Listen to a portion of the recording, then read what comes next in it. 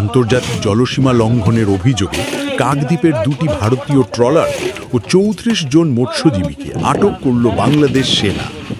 ঘটনা ঘটেছে ভারত বাংলাদেশ সীমান্ত সংলগ্ন সমুদ্র অঞ্চলে। আটক ট্রলার দুটিও মৎস্যজীবীদের মোংলা বন্দরে নিয়ে যাওয়া হয়েছে বলে জানিয়েছেন ট্রলার মালিক মিলন দাস। কালকের বিকালে ৫টার সময় খবর পাচ্ছি এটা কনকের থেকে ফোন এসছে, লোকটাকে আমি চিনি না, আমার নাম্বার আছে আমার কাছে। বলছে তোমাদের দোকানে ট্রলার, এটা জট ট্রলার, এটা মঙ্গলচন্ডী ট্রলার ধরে নিয়ে গেছে এখন বাংলাদেশে। আমরা খবরটা পেয়েছি, আমাদের ভারতের জলসীমার থেকে নিয়ে গেছে বলে একটু শুনতে পাচ্ছি।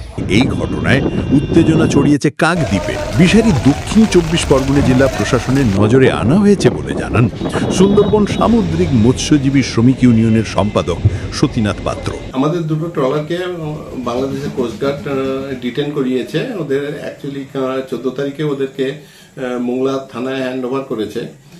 তো এই ওদেরকে ধরে নিয়ে গেছে আমাদের মেরিটাইম বর্ডার থেকে। মেরিটাইম বর্ডার অ্যাকচুয়ালি বাংলাদেশেরও ফিশারম্যান আর আমাদেরও ফিশারম্যান ওই এরিয়াটাতে একটু মাছ বেশি থাকে বলে ওই এরিয়াতে ফিশিং করে।